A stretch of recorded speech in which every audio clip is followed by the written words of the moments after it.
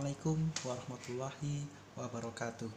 Apa kabar rekan-rekan semua? Bertemu lagi dengan saya Nurse Taufik Septiawan, di mana pada hari ini saya ingin membagikan cara mudah membedakan STEMI dan non-STEMI.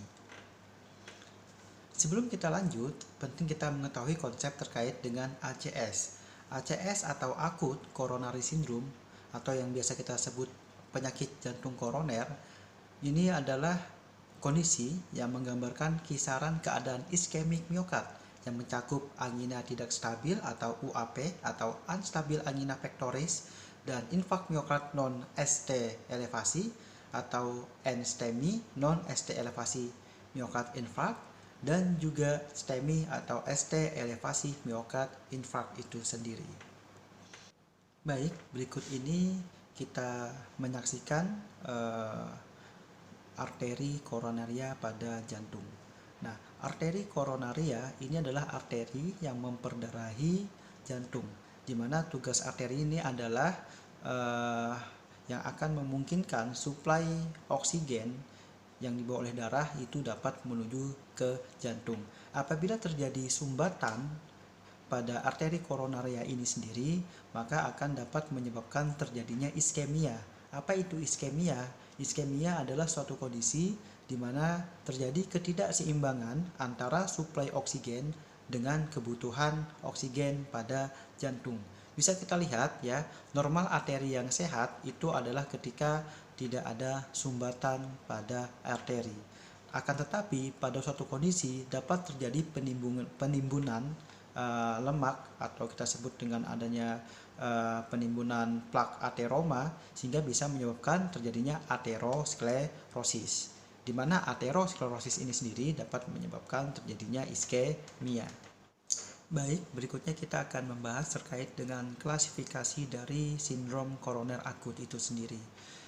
Seperti yang kita sampaikan tadi bahwa sindrom koroner akut itu terbagi 3. Yang pertama ada UAP. Nah, pada UAP atau unstabil angina pectoris itu pasien biasanya akan mengeluhkan adanya nyeri dada. Jadi dada ini dapat terjadi pada saat istirahat dan butuh bantuan obat golongan nitrat untuk mengurangi nyerinya, karena nitrat ini sendiri nanti bisa membantu untuk terjadinya vasodilatasi pada pembuluh darah arteri koronaria itu sendiri. Nah, selain itu pada hasil pemeriksaan EKG tidak didapatkan adanya perubahan EKG dan biasanya hanya menunjukkan bahwa gelombang EKG baik gelombang P, Q, RST-nya dalam kondisi yang normal. Dan pada hasil pemeriksaan biomarker jantungnya tidak didapatkan perubahan yang berarti.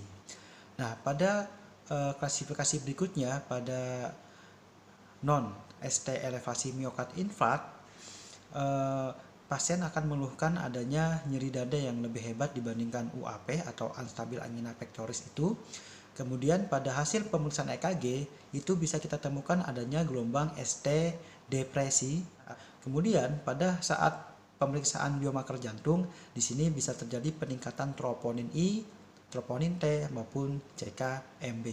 Kemudian pada pasien yang mengalami STEMI, maka kita akan temukan nyeri dadanya lebih hebat dibanding UAP ataupun non-STEMI yang bisa menyebar dari leher ke lengan kiri, dada, dan bagian punggung.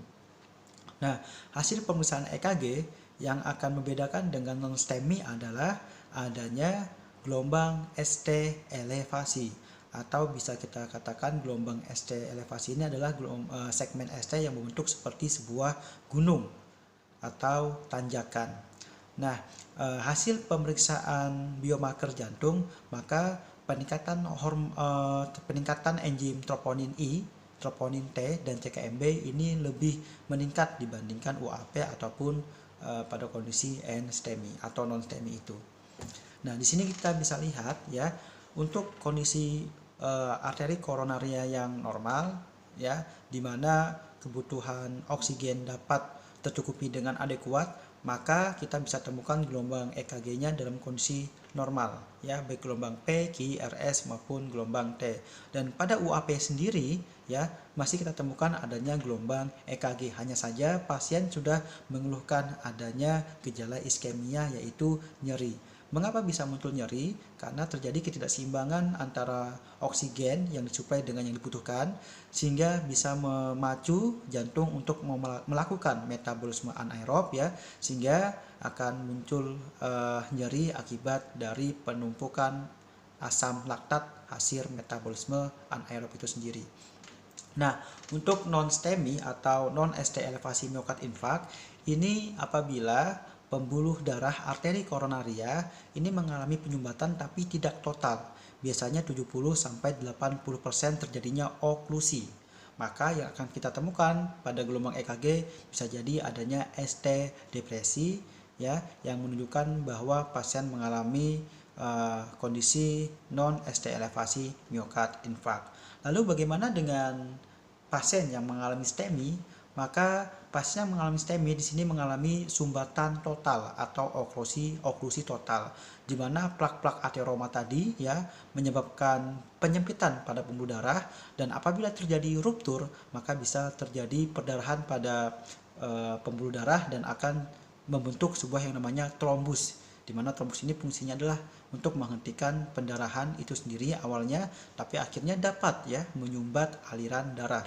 Sehingga kalau sumbatan darah ini sudah terjadi secara total atau total occlusion, maka akan menyebabkan aliran pada bagian distal ini tidak terpenuhi ya, sehingga tadi dapat memicu kembali terjadinya metabolisme anaerob ya, di mana hasil dari metabolisme ini akan ada yang namanya asam laktat yang merupakan mediator kimiawi untuk munculnya rasa nyeri, dan pada hasil gelombang EKG akan kita temukan adanya gelombang ST elevasi.